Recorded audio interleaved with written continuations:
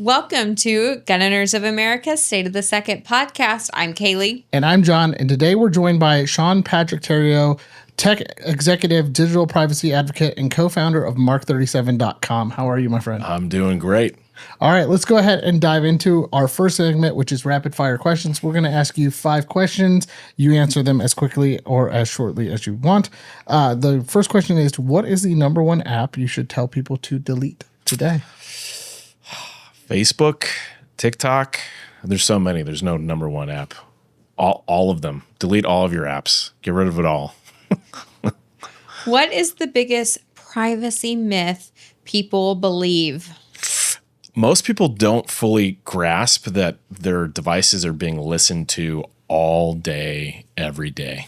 So I think that's key. People just don't. They're oblivious to this fact. Even though when I ask people, hey, have you had it such that you've talked about something and then you saw ads for that? Everyone's like, oh, yeah, I see that all the time. They don't quite realize and put it all together. Well, your device is literally recording every conversation, everything that's happening around you all the time, and doesn't delete that data. That data gets stored and stays.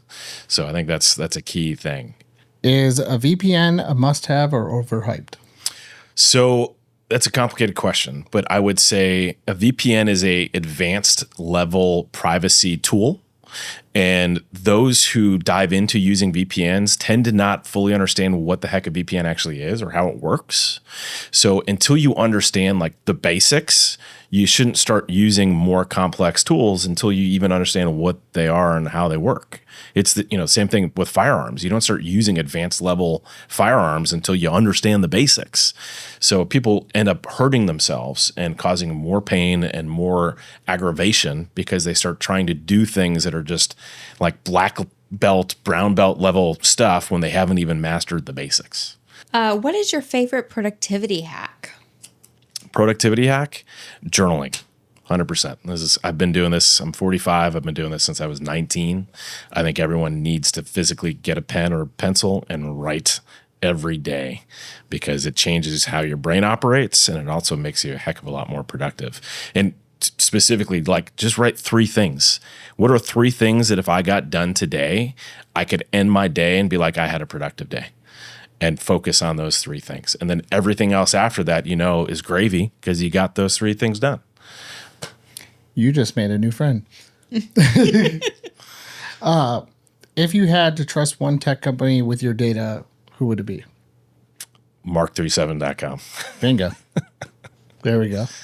Awesome. So that wraps up our rapid fire questions. Let's go ahead and dive into this. Looking to upgrade your everyday carry? Langdon Tactical takes factory firearms and turns them into precision-built tools you can trust. From world-class trigger jobs to complete custom packages, every detail is built for smooth, faster, and more accurate performance. Known for the legendary LTT Beretta 92, Langdon Tactical sets the standard in custom handguns. Trusted by professionals and enthusiasts alike, Langdon Tactical delivers more than upgrades. It delivers precision-built confidence. Learn more at langdontactical.com and use code LTTGOA for $100 off orders over $1,000. Just give the folks a little bit about who you are, how you got into this, what is Mark37.com, all that stuff. Sure. So Sean Patrick Tario. I've been in Silicon Valley for the vast majority of my career. I was an entrepreneur, worked for a handful of different companies, software, but really got into the data center industry. So big buildings that store all the servers that manage all of the brave new digital world that we live in today, and really started uncovering what and how everything really works on the back end and infrastructure. Most stuff that people view as magic, they just don't get, they don't understand it. Like I got hands-on experience with and understood intimately, so much so that I wrote a book on the industry. It's called the Data Center Colocation Industry Playbook. It's like data centers for dummies. So if anyone wants to learn how that industry operates, you can find it. It's online. So that's kind of my background. And as I learned what's really happening in tech, it became glaringly obvious to me that I could no longer support the industry that I was working in because I was feeding ammo and energy to businesses that were diametrically opposed to my values, my faith, and the ideals that I've been fighting for my whole life. Why is it so important for somebody to look into a company like Mark 37, and what is the implications on our data out there right now, and how Sure. all these big tech are So tracking us? I'd love to frame the answer to that by asking you both a question. Okay. So if I gave you a firearm to go fight in a battle, and I told you that that firearm had a GPS tracking device on it, a camera, and a microphone, and it was constantly on, and all of that data and information was literally going to be sent to the enemy that you were about to go fight, would you use that weapon? Oh, hell no. Of course not, right? Of course not. And yet, what phone do you use every day, or all day, every day? I hate to an iPhone. An iPhone. How about you? iPhone. Okay. Who owns iPhone? Apple. Apple. Does Apple see, hear, and know everything that you do on that device? Yes.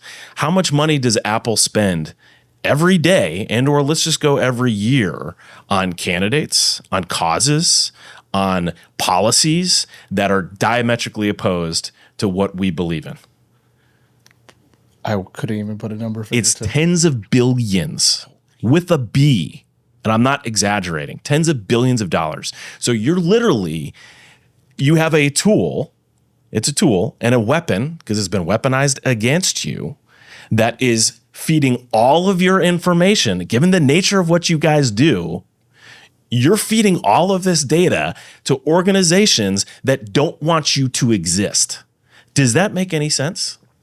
Doesn't make any sense. So let me ask you another question. If I followed you around every day, Kailey and John, if I followed you around every day, monitoring and tracking everything you were doing, and I had camera and was recording everything, and you saw me, you'd be like, bro, back off. I'm going to get a restraining order out on you, or I'm going to take you out, right? So why is it not okay for me to do that, but it's okay for Apple, for Google, for Microsoft, Amazon, depending on the products that you have in your house? Why is it okay for these companies to do that to you, but it's not okay for anyone else to do that to you? That paradigm doesn't make any sense when you logically think about it. But because these tools are so convenient, they've been put in everybody's hands, and they just work. Don't question how or why or what's actually happening on the back end. In fact, we'd rather you not know, because the more you know, the more you're like, wait, what? What am I doing? Who has access to what? This thing is recording everything and it's being fed and stored. That's not okay. I'm not okay with that, right? So we're here, A, to wake people up to that reality, and then say, hey, there's a better way. There's a better path. There's options that you have that will respect your privacy. But I think, if you don't mind, I'm going to keep running here. Yeah, go for it. So one of the key concepts is, what is privacy? Like, what is privacy? If I told you to define privacy, do you think you'd be able to be like, oh, I know what privacy is? I would hope. So what is privacy to you? Privacy is the ability to only allow access to people who I grant permission to. Right. Exactly. And when you grant them that permission, and via the modality that you want them to gain access to your information, your data, whatever it might be, right? That is privacy. You're one of the few people who've actually answered that question. Congratulations. So that is privacy, right? So we have that fundamental right through the Fourth Amendment for our privacy. And yet we've given up this right to our government. We literally live in a surveillance state right now. Everything is being surveilled all the time, to the degree that we're literally walking around carrying surveillance tracking devices everywhere we go. And we've got Alexas, and we've got these things in our homes that we're talking to that are monitoring everything happening in our home. Like, when you really think about it, you're like, this is insane. What am I doing? Why am I doing this? This makes no sense. And also, like, you're a mom. Do you have any kids? No. All right. I've got 3 kids too. When I grew up, my parents told me, hey, get outside, go play. I don't want to see you until lunchtime or dinner. Right? Mm-hmm. That was me. I mean, I'm 45 now. This was back in the 80s and 90s, right? And people say, oh, well, things are much more dangerous now. And in some cities, they definitely are, right? But crime across the board over the last 40 years has actually been going down, right? Yet most parents are anxious if they don't know exactly where their kid is at any given moment of time. They freak out. So we're literally training our kids and our family members into this surveillance state because they know they're being tracked by their parents or their, whoever's taking care of them.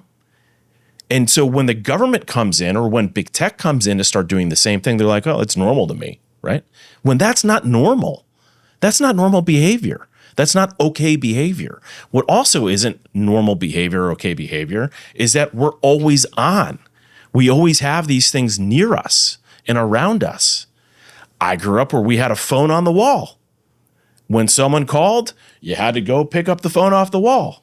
And then we had wireless phones. That was kind of cool, right? You didn't have to have the cord that wrapped all the way around your house, right? But that was how we existed. Did the economy slow down and stop? No, it was still functioning.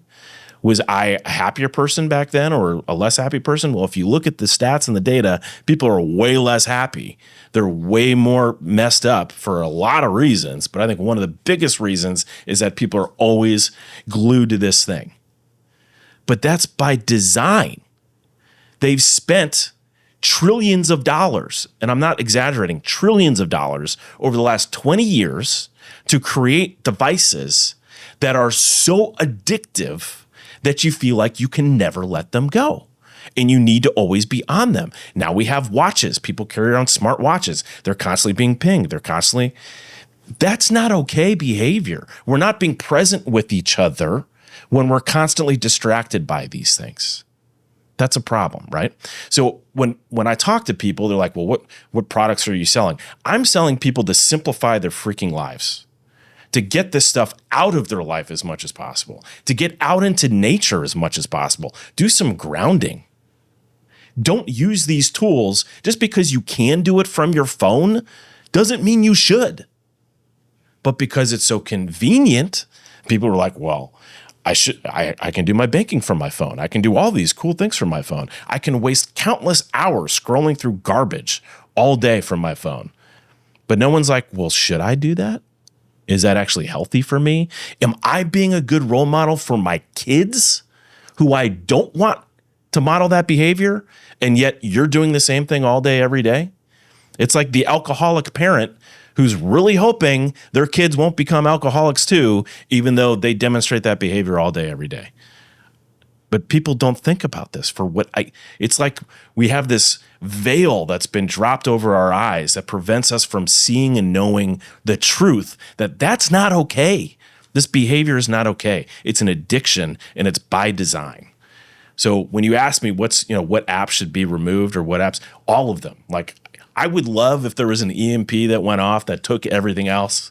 I'm not even kidding. And I'm in tech. I've been in tech my whole life because it would force people to get to know their neighbors. How many of you know your neighbors and have talked to your neighbors? Probably not very many of your listeners because I have tons of friends on this thing. I know hundreds of people on this thing. Great. Do you know your neighbors? Because when things get gnarly, which they might, you're going to want to know your neighbors, who you can trust, what they have, what you have, how you can help one another. And even if nothing gets gnarly, you should still know them and figure out how you can help each other and serve each other. So I'll shut up now. But that's my long-winded answer to your question. So how did you guys come up with the name Mark 37? So that's straight from Scripture, to be honest with you. So it comes from Mark 3:7.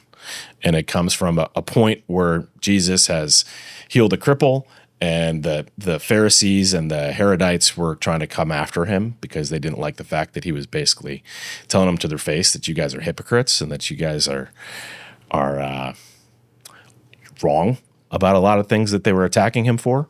And so it says he goes down to the sea, and then it lists 7 different regions that people left everything to go follow him. They left their jobs. They left their families. They didn't know where they were going to sleep, what they were going to eat. They didn't know any of this.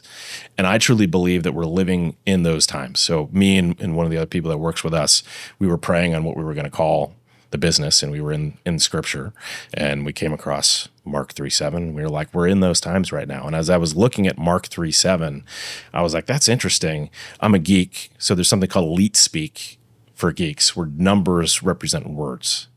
So you can actually talk to people using numbers versus words, right? Or letters, right? So a 3 is an E and a 7 is a T. So what does MARKET spell? Market.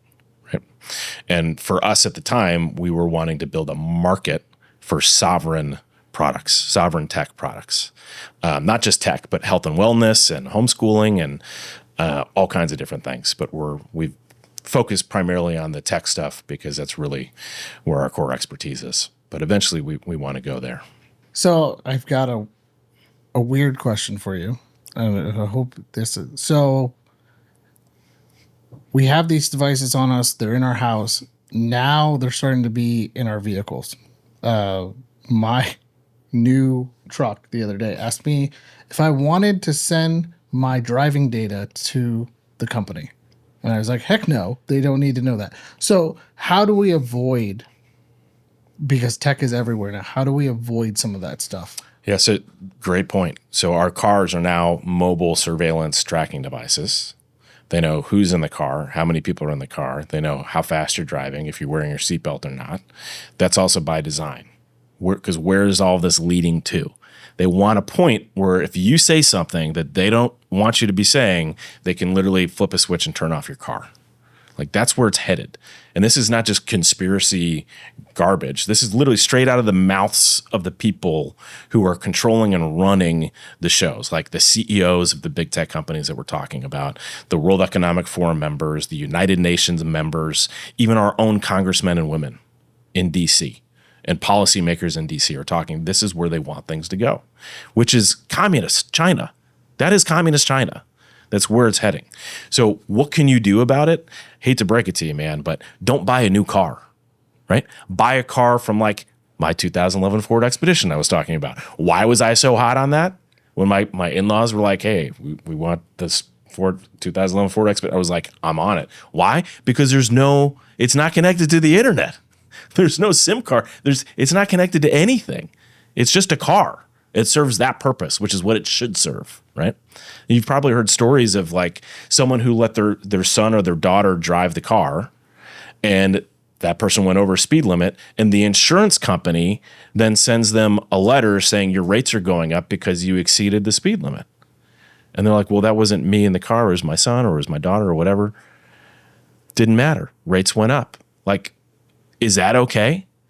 Is that an infringement on your privacy? That your car is sending that information and your data to the manufacturer who's then sharing that with the insurance company?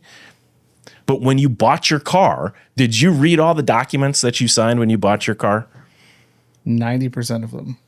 I didn't go all the way through. Well, you missed the section. Yeah, I missed the section. That said that you're signing away all of that data to the manufacturer and that they have the ability to sell it. And even if you go through and say, I'm not okay with this, I'm not okay with this, you then have to follow up and check and then double check. And almost every year you have to triple check and quadruple check because they're going to, by default, re-sign you up for it.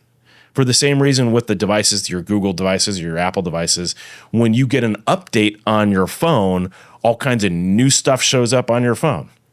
Or like the settings that you have on your phone get defaulted back to something else and you have to start, like, how does that happen? That happens by design. It's by design. Or during COVID, when the COVID tracking app miraculously just showed up on people's devices and they had no idea that it was on there, no idea that it was actually turned on.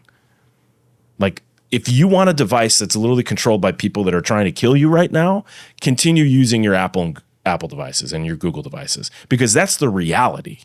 I hate to I know that's inflammatory language. No, that's the truth, folks. That is the God's honest truth. We are using tools owned by people who are psychopaths.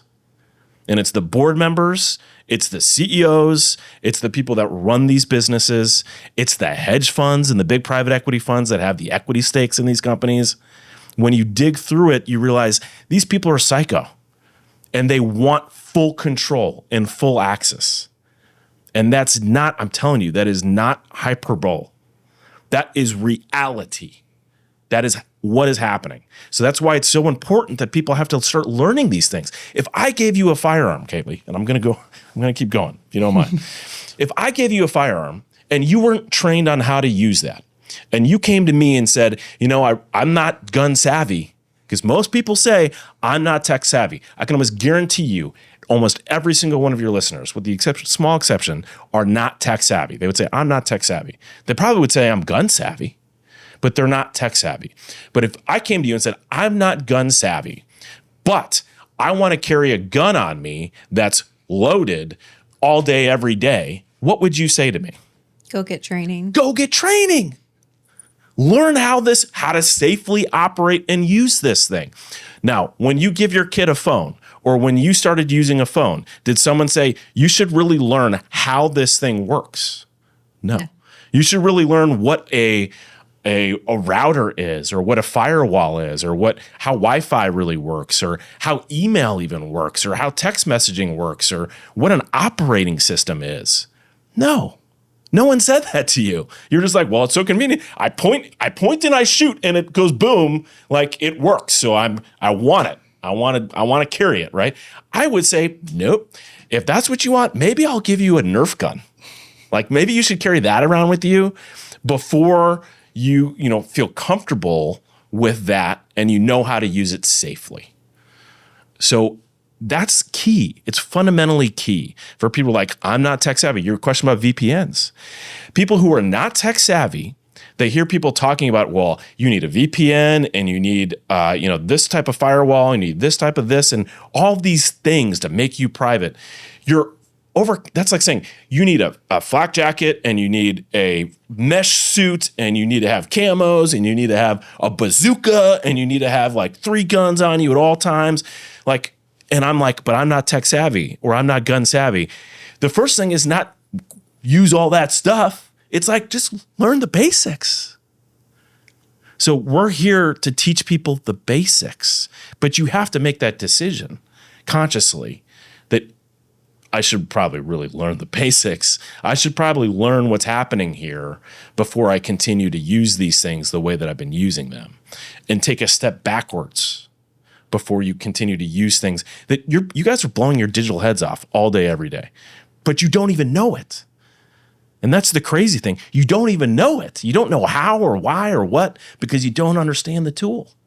Does that make sense? No. Sure. Have I scared your pants off of you guys yet? So what makes your devices different or better? Or I know a lot of people are going to say, well, I need X, Y, and Z for work. Right. Or this is a requirement of our lives now. I don't want to be not present from society. Right. How do you combat that, and what makes you all different? Sure. So I'll start by saying this. We have hundreds of users, to include myself, that are business owners that run multiple businesses using all open source applications and operating systems. And what that means is your device now becomes your device. So using an operating system like Graphene OS, which is the operating system that we focus on, for phones, for laptops, it's a flavor of Linux, a version of Linux, which has been around for 30 years. But they're super simple to use, easy to use. It's Android based. So coming from the iPhone world, it'll be a little bit different. It's like driving a different car. Where you go to do the thing or turn the thing on is going to be a different place. But after you use it for a week or two, you'll get it, right?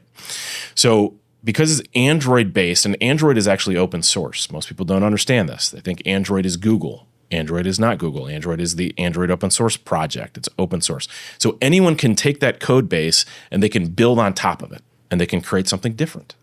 So Graphene OS, which is the most private and secure mobile open source operating system, is based on Android, which means any Android app that's out there, which nearly every single app out there has an Android version.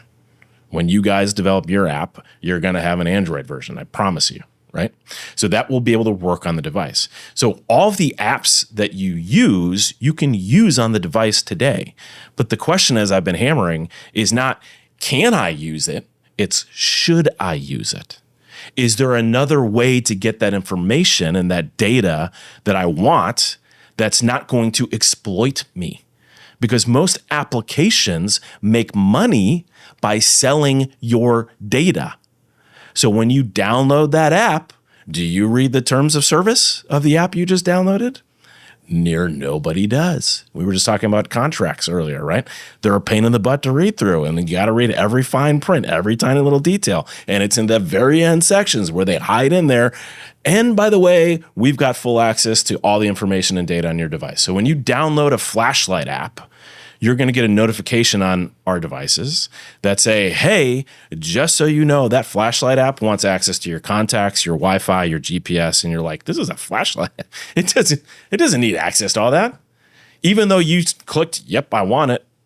It's now going to flag you and say, hey, just so you know, this is happening. Are you okay with this? And you can say yep or nope. But now that's on you. You're accountable. You're responsible. You can't just be like, oh, well, Apple is privacy, so Apple has my best interest in mind. I hate to break it to you, they don't. But you're now responsible. So if you're going to be responsible and accountable, you have to understand how it works. You have to know. And it's really not that complicated. And we have all the training and all the tools, and that's what we spent our time doing for the last 3+ years, building the tools to make it so simple that grandma, who's not tech savvy, can still switch off of her iPhone onto one of our devices, still do the things that she needs, still talk to her grandkids, still use a mapping application, still use the things without having to be like, well, I have to completely go Mormon or go Amish, not Mormon, but Amish, and leave society. You don't have to. You can still live in society, but now have control of your data. Because that's key. And it's the same with the laptops. Same concept applies with the laptops. But now you're accountable, you're responsible. And people don't like accountability and responsibility. So it's tough for a lot of people. And they're like, well, I still want things to work exactly like the iPhone for me to use it. I'm like, well, the iPhone has spent trillions of dollars to make it so stupid, simple, and easy for you. We're like 98% of the way there. But it's like, if that last 2% is just too important for you, then really your privacy and security doesn't matter to you. And you'd rather have the convenience, which is fine if that's where you're at. And we have tools like the one I gave you that will, at very least, you can mute your phone. So your phone is not listening to you all day, every day. If you're not ready to make that investment and that switch to go to a new platform, a new device, at least you can plug something into your phone that's not going to make it so that your phone is not going to listen to everything happening around you all day, every day. Like, that's a Band-Aid product, but it works and it's convenient and it's cheap. Well, yeah, we were joking downstairs when he gave me the device about the urinal kicks from Goals and how we both got it for months and months on that. You brought up a good... I feel like you need to explain that story. Okay. Urinal cakes. Anyway, somebody asked to sponsor urinal cakes at Goals to have their logo on it, and they asked how much it is. And so we had to research it. Did not end well for us. There were so many ads. So many ads. You brought up a point earlier. I want to dive into it about how addicting our devices is. And we've seen, and I don't know if you guys have seen it, but I've seen it, is the iPad kids are now adults and they cannot eat their dinner without having something playing in front of them. Yeah. That is scary. Yeah. Because it's an addiction. Like, we need to wake up as a nation on so many levels. But one of the key ones is we need to all raise our hands, say, I'm Sean Patrick Tario, and I'm addicted to these devices. And people need to own it and realize that that's the case. I think everything is cyclical in life.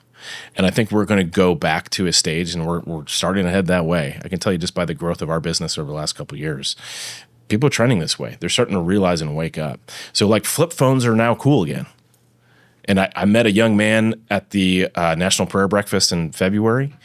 He had a flip phone. I nearly fell out of my chair when I watched him walk by. I grabbed him and I was like, who are you? What are you doing? And he's like, yeah. I did this because I saw the influence that these devices had on my family and my siblings, and I was not okay with it. And I just wanted something super simple. And he's like, and I actually now use it. It helps me pick up chicks because girls are like, what's that? That's different, right? He's now different. He's the cool, different kid. But he also used it to start preaching people the gospel, which I was like, dude, you're amazing. He was amazing. But more and more people are doing that, which is awesome. So people have to realize, like, you don't need all the things. You don't need all the apps. Your phone should be a tool that serves you, right? I'm not the product. This is the product. It should do what I want it to do, which should be basic phone call functions, maybe some text messaging, and maybe make it convenient with, some voice to text applications. And if I want a browser and all that stuff, maybe I should do that from my laptop in my home versus from my phone all the time. And people who are at the dinner table or at a restaurant or in line for something waiting, everyone has their phone out versus being like, hey, who are you? How are you? I'm Sean. What brings you here? Talking to people, talking to humans, right? Remember when we used to do that? Dude. In public, meeting random people? Like, you don't need a dating app to find someone to date. You just need to get your freaking head out of your phone and go talk to people outside around you. Like, that's how it happened for thousands of years until the last 15, 20 years when we all went insane. And I think this isn't the only reason why, but this is a big reason why. So you're telling me I need to brush up on my T9? I think you need to get rid of it. I realize that there are many choices when it comes to who you choose for your cell phone service, and there are new ones popping up all of the time. But here's the truth. You won't find another cell phone service provider that does more to defend our Second Amendment right to bear arms than Patriot Mobile. For more than 12 years, Patriot Mobile has been on the front lines fighting for our God-given rights and freedoms while also providing exceptional nationwide cell phone service with access to all 3 of the main networks. Don't just take my word for it. Ask one of the hundreds of thousands of Americans who have made the switch and are now supporting causes they believe in simply by joining Patriot Mobile. Switching is easier than ever. Activate in minutes from the comfort of your own home. Keep your number, keep your phone, or upgrade. Patriot Mobile's all U.S.-based support team is standing by to take care of you. Call 972-PATRIOT today or go to patriotmobile.com/GOA. Use the promo code GOA for a free month of service and 15% off every line. That's patriotmobile.com/GOA or call 972-PATRIOT and make the switch today. So I know a lot of people that say, I'm not interested in changing my phone. I have a Faraday bag, or, I turn my phone all the way off at night, or I set parameters for, I don't ever have my phone in my bedroom. And we've heard all of these, either privacy focused or mental health focused limitations on devices. Is that a good first step, or is it putting a Band-Aid on a gaping wound? It's definitely a Band-Aid on a gaping wound. And let me give you another great analogy. The health and wellness folks, they get this stuff instantly. Because when someone comes into their office and says, I'm not well, they don't say, well, take these pills, we'll call you in the morning. Often they say, you need a lifestyle change. A lifestyle change. Change your behavior. You need exercise and you need to eat healthy. Eating healthy is not easy for a lot of people. You may need to change the stores that you go to buy food. Change the brands that you're used to buying. Learn what ingredients are in the food that you're buying. So when you start to learn the ingredients in the food that you're buying at the grocery store, you start to realize this is poison. I'm being poisoned.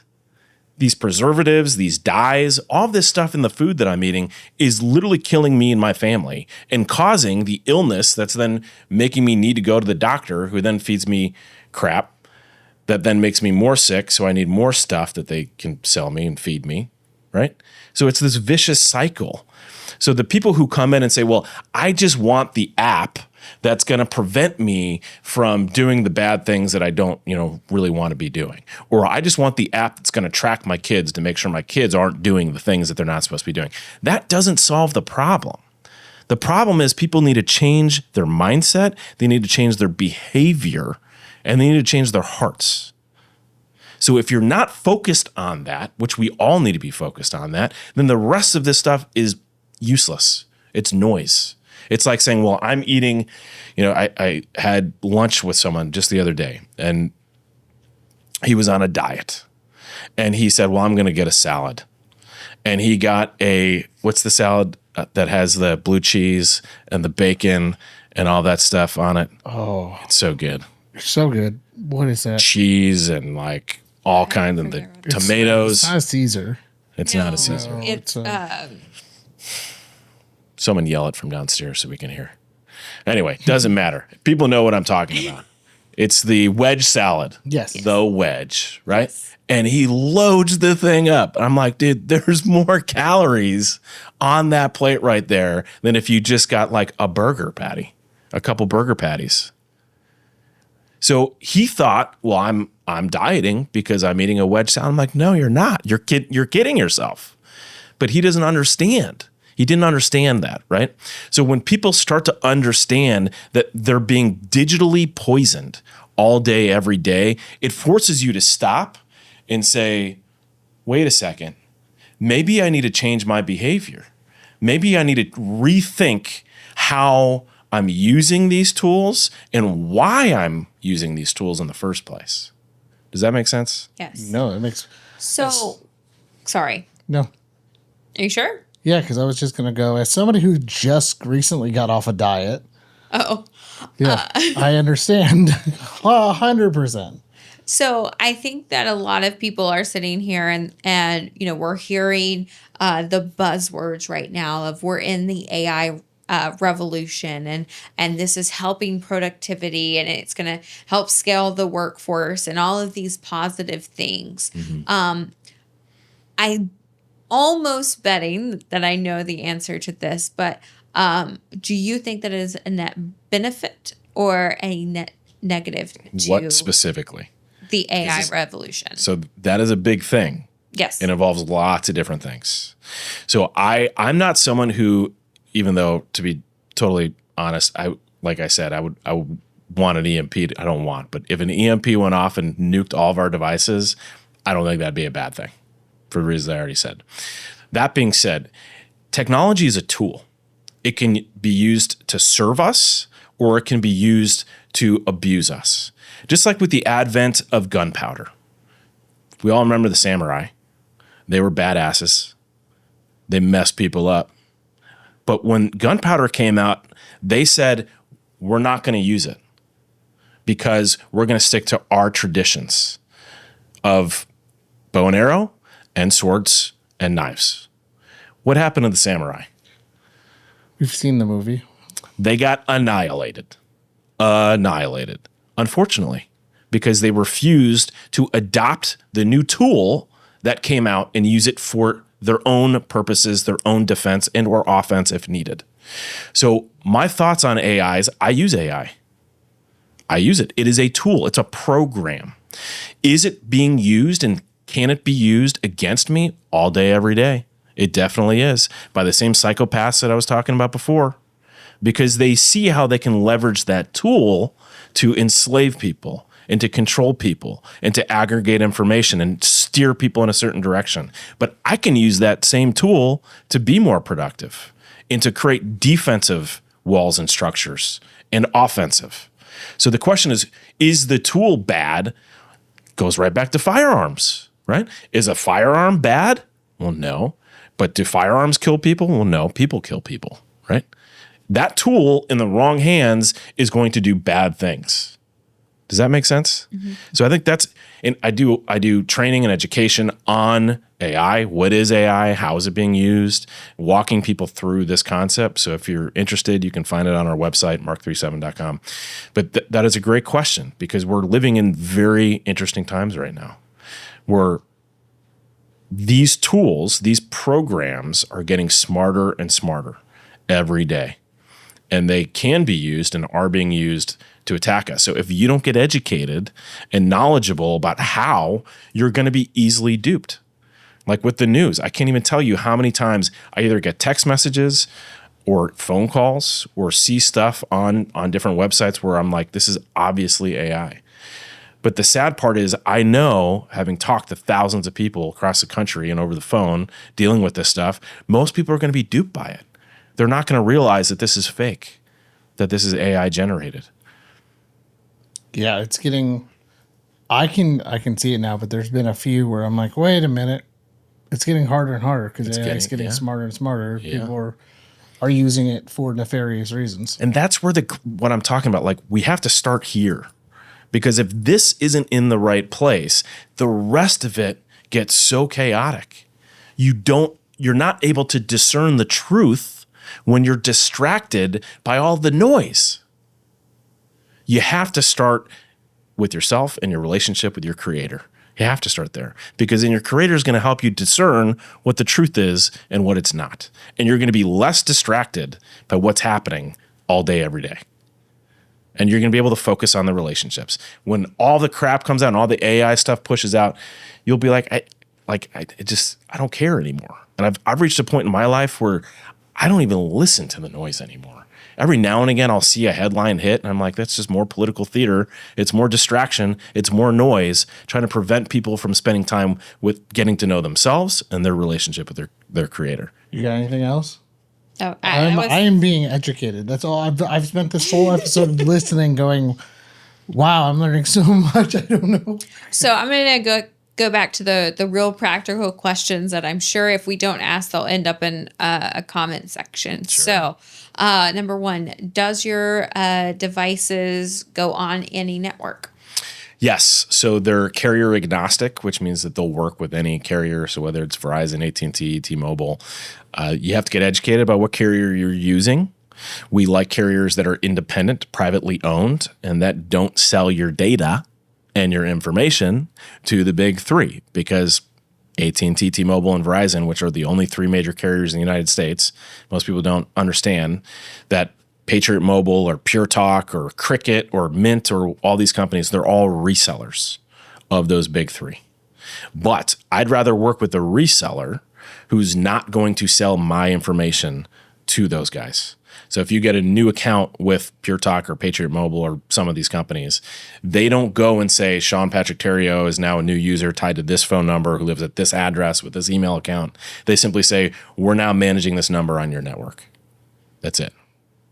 So that's a smarter way to go about making that decision. But you can only understand that once you start learning how does this stuff work. So yes, so you can take literally the SIM card out of your current phone, your current iPhone, and put it into one of the new devices, and it will work. You have to tell Apple, you guys have to tell Apple, and if you're a Google Android user, you have to tell Google, hey, lose my number. Because even though you move that SIM card, which identifies your plan with the carrier to the device, to a new device, they're still going to route all of your phone calls and text messages to your old device. Why? Because all of your text messages and all of your phone calls are routing through their servers. So until you tell Apple and Google, please stop routing all my stuff through your servers, they're going to continue to do so. Which most people don't know that. They think, well, I work with Verizon. Everything clears through Verizon. Nope. I hate to break it to you. It clears through Apple or Google.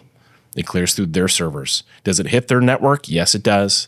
But it's also clearing through all of their infrastructure. That allows them to control the user experience and makes it so that you can do FaceTime, like super simple and easy, and send super large files back and forth with each other.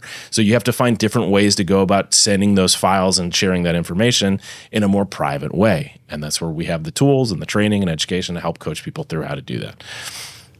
The second question is that I'm sure people are going to ask, if they choose to switch to your device, but they have to check in with their email, or they travel a lot for work and they need apps like Lyft or Uber or those sorts of things. Are those compatible on your Yes, devices? they are compatible. But again, education piece, a lot of those applications leverage something called Google Play services. Even if they're on the iPhone, they still use something called Google Play services. And Google is very smart. They created code that makes it super easy for app developers to monitor and manage and track what their users are doing on their app. And in return, so Google says, we'll give you this free code that you can use, but in return, all that data is going to route through us first before it gets to you. Most developers are like, I don't care, whatever. Right? So you have to install something called Sandbox Google Play Services, which Graphene OS as a organization has created these tools that make it so that you can still use Uber or Lyft that requires Google Play Services, but it's only going to give Google the very minutia little data that it needs for that app versus it giving you everything else on your device. So it's this concept of sandboxing where nothing on your device, whether it's your camera, your GPS, or an application, or your phone calls, none of that can talk to anything else on your device without you giving it permission to do so. But then you're accountable. You're responsible.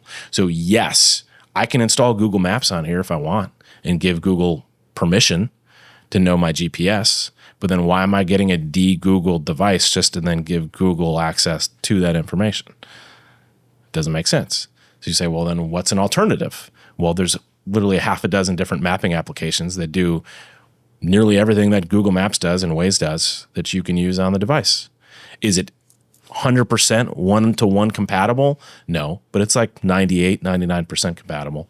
You might have to spend an additional 15 seconds, 20 seconds doing something on that device. But for me, that's worth it because I know that I have my privacy. But for some people, they're like, oh, that's too much. I'm like, well, then your privacy really doesn't matter to you. If spending an additional 15, 20 seconds is too much for you to handle, like, go back into the matrix. Like, go take that blue pill, right? That's fine. Eat that blue pill. And then finally, I think the last like normal question that's a little outside of the weeds that we got into is if you were to suggest the first device to replace, what would it be? So it depends on the person. That's a great question, and we get asked this every day. Depends on the person. I would start with the device that would be the least impactful in your life. So if you like use your laptop, but it's not critical to you, start there. Because then you can get that laptop, give it access to the internet, and you can just set it up and make sure you know how to use it before you do the full migration over. And it's the same thing with the phone, because these are just mini computers. That's all this is. If this has access to the internet, I can do everything. I can use all the apps. The only thing I can't do is take phone calls and get text messages. So when people get the device, we highly recommend that they set it up first, purge it of all the applications that they don't want, that they don't need, because we preload it with a bunch to just get people started. So they don't have to say, well, what's the best this? What's the best that? What's the safest thing for me to use to accomplish X, Y, and Z? It's already preloaded, but purge all the stuff you don't need. Make sure you're familiar with how to use it. And then once you are, that last step is moving that SIM card over and getting your phone calls and your text messages over to that device. All right. I do have a couple last questions, even though I said that it was my last one. But I'm trying to think from a listener standpoint. People are going to want to know, how much do these devices cost? So the phones on the low end are around $400, and on the higher end, sky's the limit. If you want like a brand new Pixel 10, 512 or terabyte, that's going to cost you like $1,500 to $2,000, right? So, but 400 is on the low end, which is super attainable for most people. For the laptops, the low end is around high 500s, low 600s, and then also high end, sky's the limit, depending on how sexy of a laptop you want. But the cool thing is, for your listeners, if you go to mark37.com/GOA, so mark37.com/GOA, you'll get a 5% discount, and a percentage of every sale is going to come back to you guys. So that's mark37.com/GOA. And that's not, limited time offer. It's going to remain up and active for as long as you guys are around, hopefully. At least another 50 years. Yeah, at least Fingers another crossed. 50, fingers crossed. All right, well, we're getting the wrap-up sign. So before we go, first I have to, first off, thank you for being on. I learned a ton. This is the one interview that I actually didn't have to interview. I got to just listen and educate myself. Next, we have our gift for our guests from Palmetto State Armory Sweet. and AAC Ammo. So you'll be receiving that after the show. Again, thank you, Palmetto State Armory and AAC, for the gift for our guests. Go ahead and shout out where people can find you and all that stuff. Again, mark37.com/GOA. You'll get that 5% off when you go to the website. Go to our resources section. You'll be able to learn a ton. We have getting started guides. We have made this process so simple, so easy. We have a whole roadmap that you can download and follow. We're turning it into an interactive roadmap so you can go step by step through the process. Just check off all the things that you need to do. A lot of stuff you can do before you even have to make the decision to switch devices, right? Like, so use one of those mic lock things that I've talked about. Change the browser you're using to one that's going to respect your privacy and not track everything you're doing when you're searching online. Like, there's certain things you can do. We walk you through all that. But the coolest thing that I recommend people do that we have is we do free 15 to 30 minute digital privacy consultations. So it would be me talking with you guys or someone on my team talking with whoever about where are you at, what are you trying to accomplish, and how to get there. So we do that for free. And that's what, Scott on my team, who was just up here earlier, he spends almost all day on these calls. And then I jump in, and we have other people on our team who jump in and have these calls too, talking with people, just walking them through what options they have and what steps they can take. Well, thank you for tuning in to this week's episode of the State of the Second podcast. Please be sure to like, share, subscribe, leave a 5-star review on all podcasting platforms. It greatly benefits us, and we are excited to see everyone coming up for Goals 2026, our 50th anniversary celebration in Des Moines, Iowa, August 1st and 2nd. And be sure to pre-register, grab your hotels, get booked in advance. I promise you it is an event you will not want to miss, and we will see you next week. See you guys later.